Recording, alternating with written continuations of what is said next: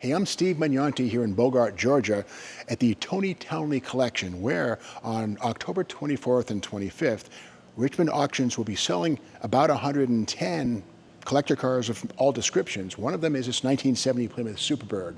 A very cool car. It's a survivor with the minimum miles. It has 7,964 miles on it. It's never been restored. 446 pack, 4-speed, great car. Let's dig in. Like its stablemate, the 1969 Dodge Charger Daytona, the 70 Plymouth Superbird is similar but not the same. It has the same nose but not the same stamping by any stretch. It also has the folding headlights, but with that said, the shape of this is very different from the Charger Daytona. But again, this is made out of steel, not fiberglass, and like the Daytona, these are made of fiberglass, but that's the only fiberglass parts on this car. And again, steel here, aluminum at the tail, we'll get to the tail in a moment, but under the hood of this could be one of three possibilities. The 426 Street Hemi, or the 444 barrel, or this, the mighty 446 barrel, which is 390 horsepower. Thanks to the trio of Holley 2-barrel carburetors and that big orange air cleaner, this has 390 horsepower and 490 foot-pounds of torque. About the most engine you could get in a Superbird short of the 426 Hemi, and that's saying a lot. And of all the Superbirds built, there were 716 cars built with the 446 back, and a total of 1,935 Superbirds were built in total in 1970. Now, something cool about this is it's very much unrestored. If it looks dingy under the hood, that's on purpose. It's unrestored. It's got a lot of patina. It's honest. I like it. And to take this car and spiff it up and shine it would be to erase a lot of its history. And it has a lot of history. And again, 7,964 miles, but well cared for miles in this case. And coming around to this side, like all Roadrunners, the beep beep horn is very much still in place. There it is right there. Something weird about the beep beep horn, it's the only one in Chrysler history really, which is mounted with thin mounts that allow it to resonate, to go beep. It actually wiggles. And also the purple paint on this with the Warner Brothers 7-Art sticker on there, because of course Warner Brothers licensed the character to Plymouth for use on the Roadrunner. Beep, beep, now you know. Let's take a look inside and find out what kind of transmission's backing up this 446 barrel.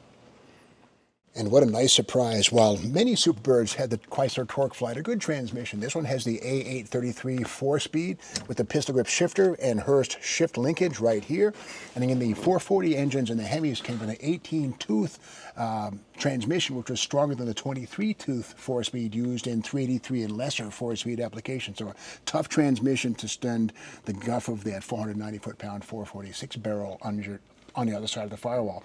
Very nicely presented, all original inside. The seat covers everything original. 150 mile-an-hour speedometer, tachometer from the factory, AM radio right here, all of it correct and as it was back in the day. And again, 7,964 miles have passed since this car was originally built, and a great example of the breed. Now the big news is at the nose and at the tail on any Superbird. Let's take a look at the tail.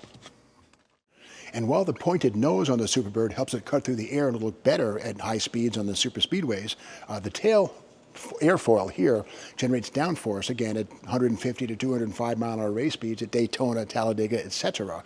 And it's not fiberglass. It's similar to the one on Daytona, but like the one on the Daytona, it's also made of aluminum. It's a different design in many ways. It's a little more swept, but again, it does the same job as it would on a Daytona.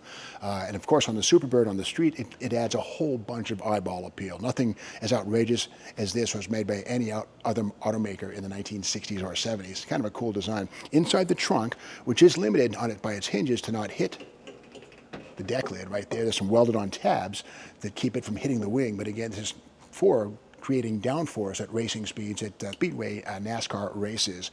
Inside the trunk, a whole bunch of documentation, and again, it's 7,964 mile car, unrestored, ton of paperwork. Let's check that stuff out.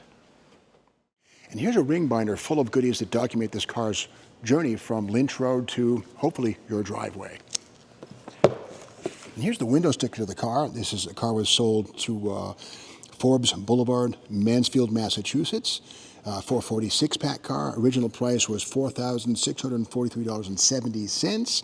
And this gives the rundown of what's in it. Track pack, which means the 354 Dana 60 rear axle, power disc brakes, manual transmission, of course that 4-speed pistol grip, you saw that inside, 446 barrel engine, hood mounted tie down pins, tachometer, power steering, special order vinyl roof, which was mandatory with the Superbird to cover up the surgery scars from the roof plug that they put in at the factory. And of course, a lot of interesting details here. All of this very much original to the car goes with it. And then moving beyond that, we have the original broadcast sheet, or build sheet, whatever you want to call it. This is basically the DNA. This followed the car down the assembly line and pretty much gave the builders instructions on exactly which options to add to the car. And here it is, the sequence number, order number, etc. RM23V, the V 5th spot 6-barrel engine, 390 horse. All of it very correct, and here it is. The documentation in this car is very nice to see. There's also a magazine article right here from Mopar Collector's Guide, and this one here is a full cover story on the car, 2003, 22 years ago it was done, and it shows the car in its current form, and again it's unrestored, and warts and all, as they say, and those warts are beautiful because it's scars from a life lived well. Gentle, by the way. And of course we also have pictures here. Galen Govier's GTS. Galen Govier is one of the authorities on decoding and verifying cars, and these are pictures of the underside of the car. An unrestored Superbird, and here's the panel, the bits underneath the car, underside of the oil pan right there, and all the little things that make it. The original mufflers are still in place, the exhaust, the block, never been resprayed. And just a great example of preservation and originality marching hand in hand.